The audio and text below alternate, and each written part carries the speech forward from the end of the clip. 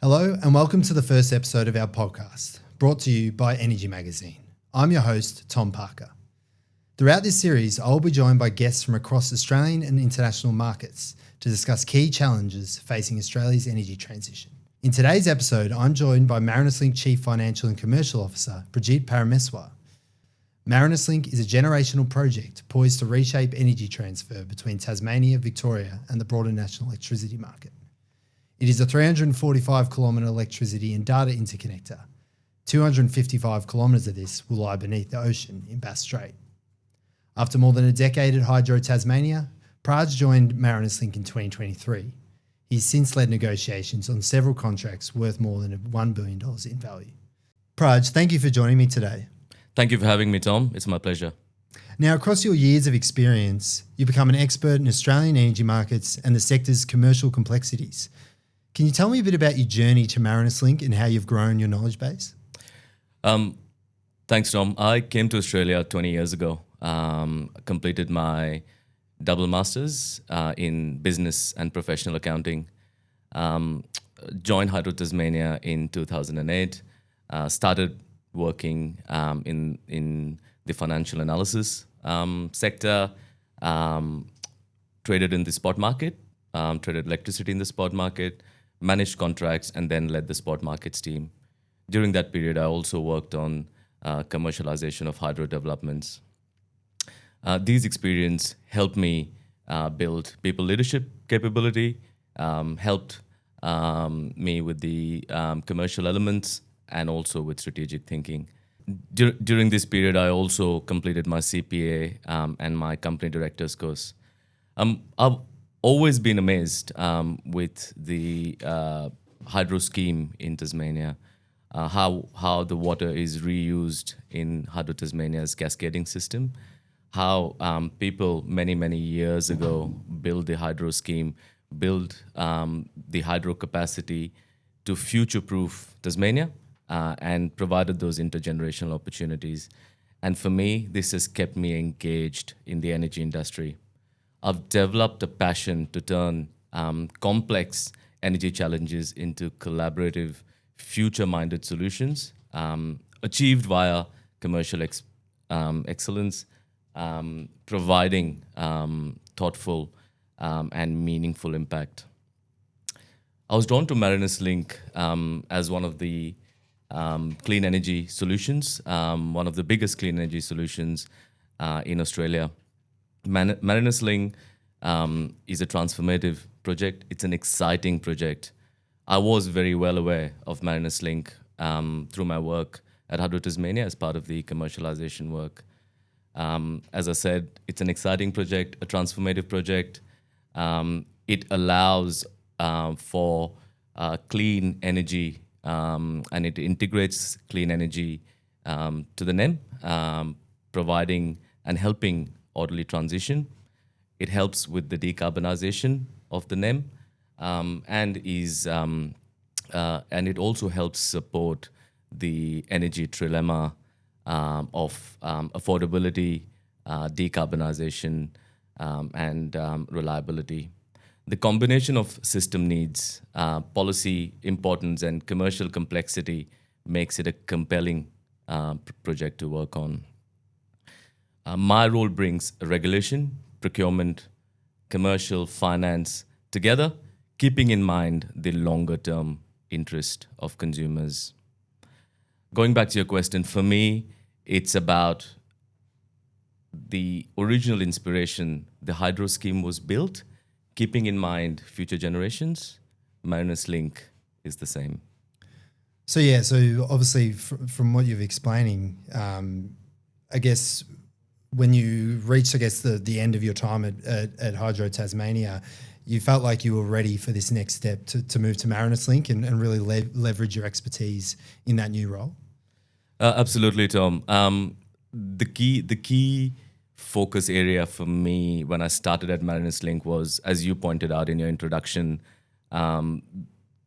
ensuring that we've got the contracts, ensuring that we sign the contracts at the right commercially balanced level. The benefits of Marinus Link are beyond just the net market benefits. As you would know, the NEM is transitioning. As you would know, coal is retiring. As you would know, there could be more load with data centers coming in. As you know, with the EV demands increasing, with the conflict right now in the Middle East, so the regulatory investment test for transmission suggests that the market is better off by approximately $3 billion with Marinus than without. And those benefits are there. Those benefits are there to see. And it is important for us to ensure those benefits are realized. And so one of my key objective when I started was to ensure that we have the right contracts in place, we have the right contracting strategy in place, and ensure we lock those contracts in as the market was really challenging at that time. Yeah, because I understand that you kind of hit the ground running when you arrived at Marinus Link, didn't you? You said, I think we've spoken in the past about how you kind of got those contracts moving or those discussions moving. Can you tell me a bit about, I guess, if we talk a bit about the contracting process? Now, you're obviously working with both local and international parties in the development of Marinus Link. So can you tell me a bit about that process and I guess how you were able to hit the ground running, I guess, right from when you started and get those discussions going early? Sure. In HVDC, Tom, the reality is that there are only a handful of credible suppliers. The challenge really for us was to run a process that's designed to create competitive tension in a constrained market. This required a very deliberate procurement strategy. Marinus Link, as I said, is being delivered through challenging market conditions, but also ensuring that there is the efficient mix between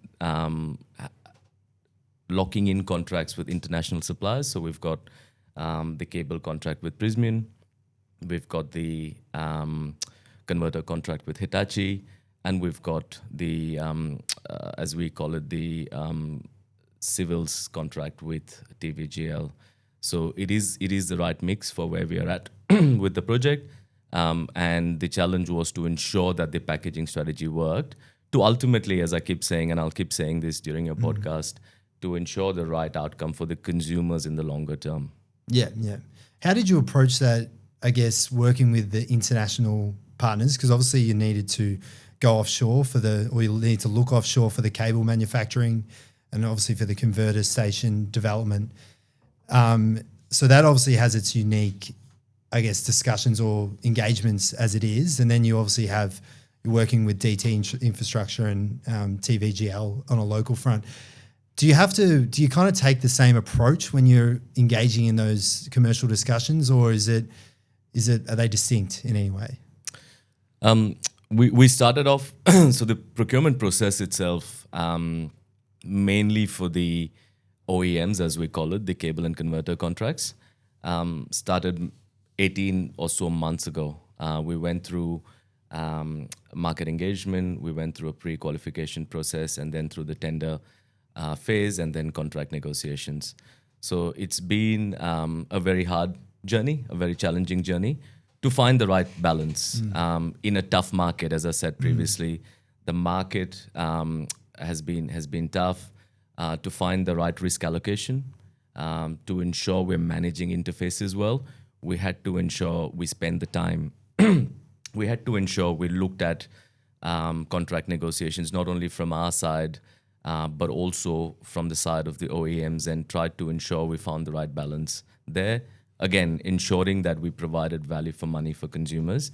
And at the end of the day, we've got the regulator. The regulator said that our costs are prudent and efficient.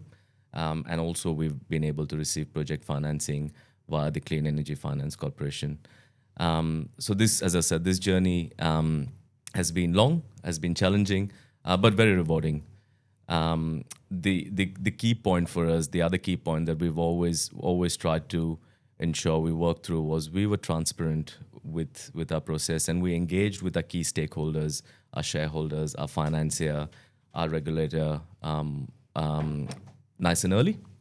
the early engagement helped us because then we were able to explain our risks and take them through the journey, which was very useful for us rather than ensuring that we signed the contract or at least negotiated the contract, kept it at a certain level, and then we were talking to our financier, talking to our shareholders, which actually is a more tricky and a more difficult process.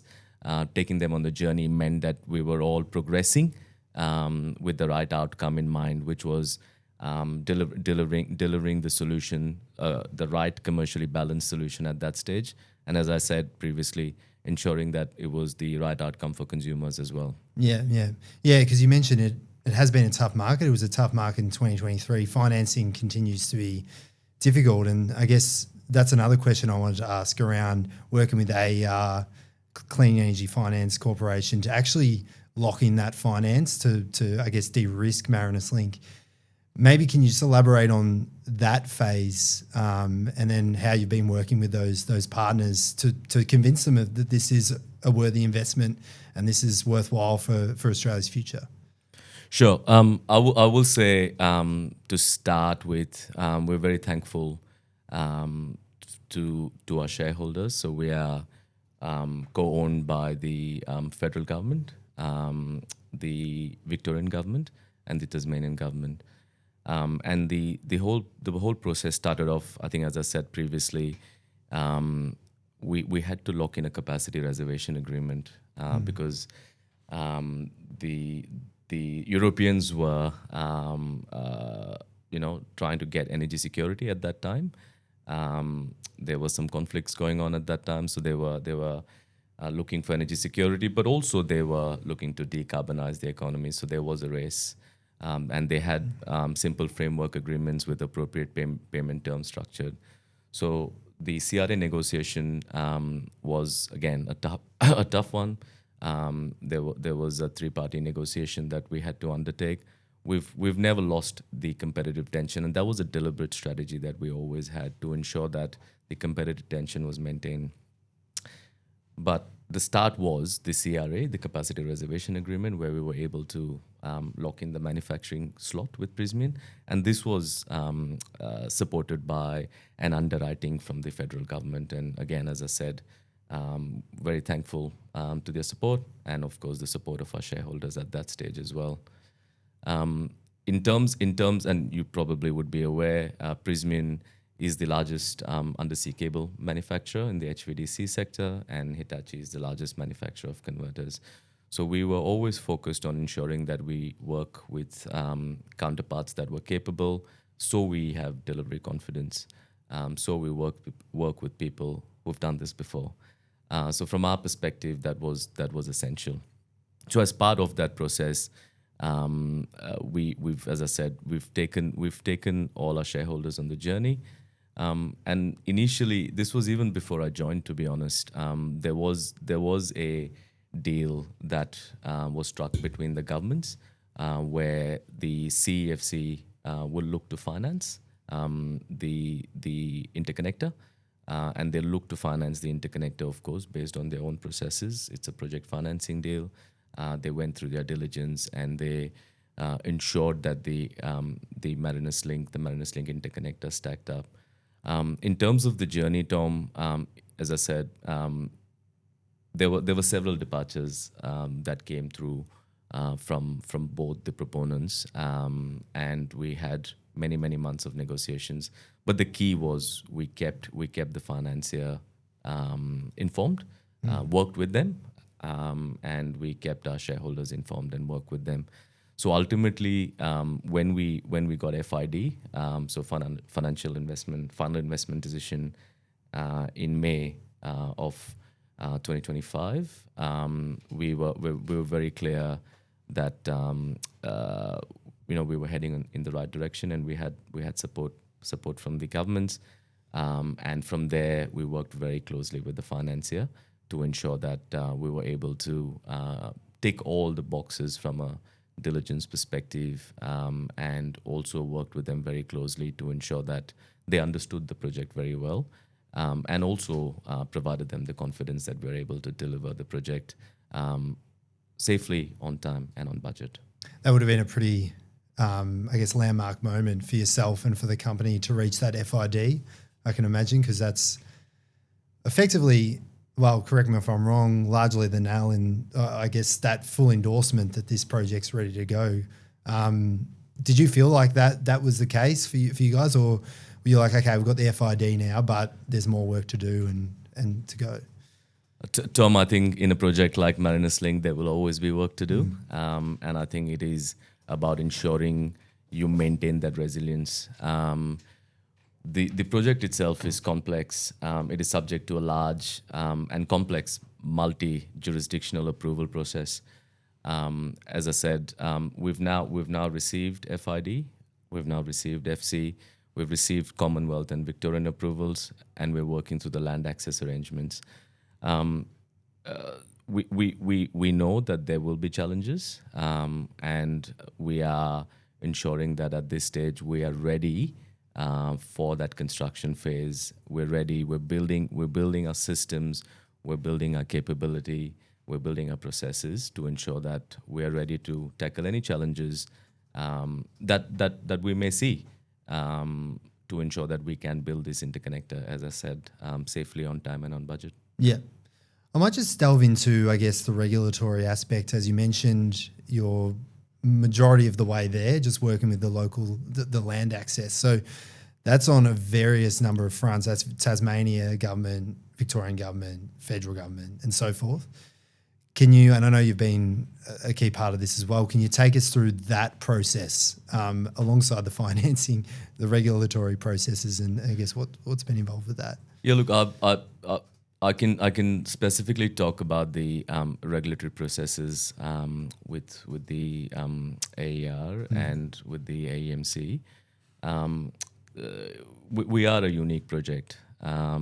We are the first and only intending TNSP, and we're not one of the original state-based transmission networks who joined in the NEM in the late 1990s. So we exist to build and operate Marinus Link. As part of the intending TNSP, we had to come up with a rule that ensured that we could be registered as a TNSP, intending TNSP. And we worked really hard with the regulator. And I must say the Australian Energy Regulator worked collaboratively with us to ensure the processes were in place. So we could start the regulatory process for Marinus Link. We also worked on a appropriate cost allocation mechanism with the jurisdictions. Cost allocation is an important element, especially for Tasmania, which has a small population. To bear a higher cost for Marinus Link was a no-no to start with. So there was a lot of work that we did to ensure that the cost allocation worked, and ultimately the cost allocation agreement was agreed between the jurisdiction as well last year. So this was very important for us. I think the most important element here, Tom, is there is flexibility, and the allocation is now fair. But we had to pave the way from the start, and we had to be willing to think outside the box, and to find solutions and navigate a way forward. And as I said, we did this because we had the intent to ensure this interconnector is built, because it's got the benefits. The NEM needs it, the consumers need it, and we were able to work appropriately with the right people to find that solution and collaborate and be transparent. Yeah. And so, I guess you're setting that example for the industry, really, because we are naturally seeing some transmission projects come up to roadblocks when they get through that regulatory phase, which partly comes from a land access perspective and so forth. I guess for a energy project developer that is navigating that phase and they're kind of struggling, they're hitting roadblocks and so forth, what advice would you give them to really streamline that process and get closer to getting their project, I guess, off the ground? I think first and foremost, ensuring number one for it is important that there is a very clear business case for the project. Um, it is also very important to ensure that the engagement that we do at all levels is genuine, and that includes engagement with the community, because the community has a key role to play here. Um, that includes engagement with the industry, that includes engagement with the landholders for that matter. I think it is essential that everyone thinks about early and deep engagement from the start. Um, the idea of orderly transition is not just about the rules and amending the rules. It's actually about everyone working together to find a way, and to find a way such that the projects are delivered on time. We all know that the Australian Energy Market Operators (ISP) has a plan for the NEM, but that plan itself is constructed and is constructed with some constraints in mind for them, and they've got to construct it that way. But they don't have a plan to deliver these projects. It's up to the industry. It's up to the developers to deliver these projects. So how do we ensure that we work together to deliver these projects? Because, as I said, for me, if you want to find a way, you've got to think outside the box, and you've got to ensure you collaborate, have that deep engagement to get to the outcomes that you want to get to. Yeah, because I guess I spent some time out on tour. Went to the site tour recently, and I spent time with Mark Lindsay out there, and he was telling me, I guess, that process that he's going through and that deep engagement that phase that he's going through, and it is incredible what I guess they're doing or what he's doing down there. So I guess coming at that, you got to be patient, you got to be open, you got to be. I guess, is there any further advice on that phase of it?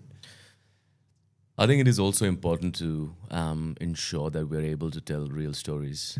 And very simply put, we've started early works in Victoria, and then there's a cafe close to where we've started early works, and I know that people go and buy egg and bacon rolls.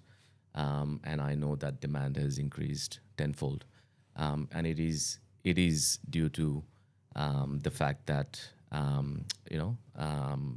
people are working there, and Marinus Link and other opportunities bring economic stimulus, bring jobs, and it is important that we realize that as well. And so it's, for me, yes, having that early engagement, having the genuine conversation, and ensuring that you're very clear with the why, and having that real conversation is important. Yeah.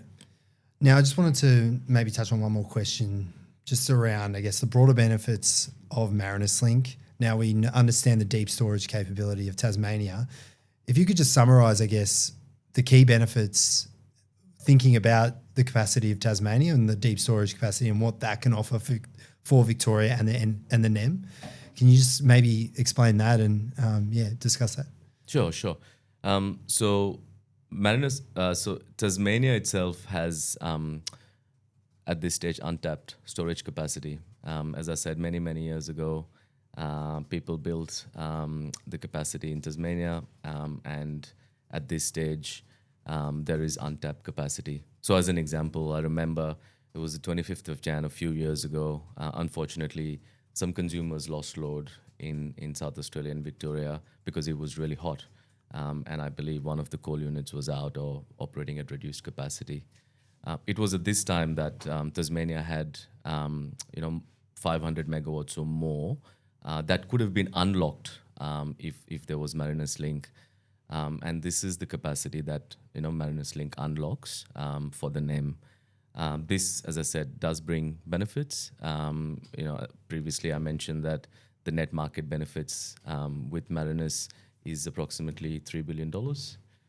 Marinus Link also, due to its competition benefits, due to its lowest LCOE for wind in Australia brings downward pressure to the wholesale energy prices, which again means lower wholesale costs for consumers. So these two benefits are there to see. We've got independent modeling on our website that talks about these. But Marinus Link also has emissions benefits. And as I said, it brings economic stimulus. It brings jobs to Victoria and Tasmania. Tasmania has the capacity for additional deep storage.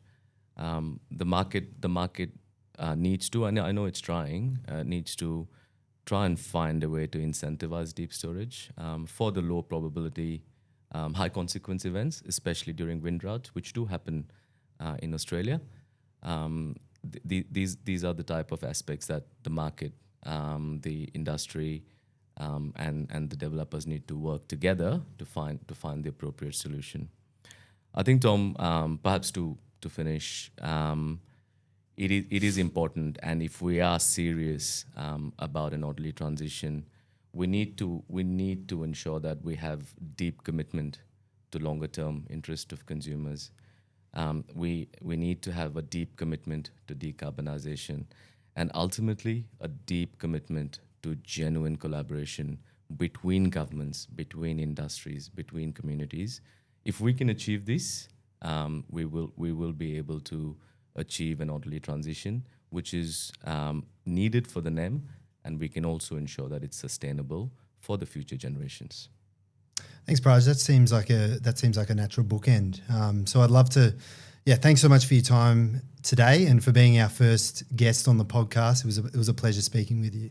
For all you need to know about the energy transition, find us at energymagazine.com.au, read our magazine in print every quarter, and subscribe to the Energy Podcast wherever you get your pods. That's all for this episode. Bye for now.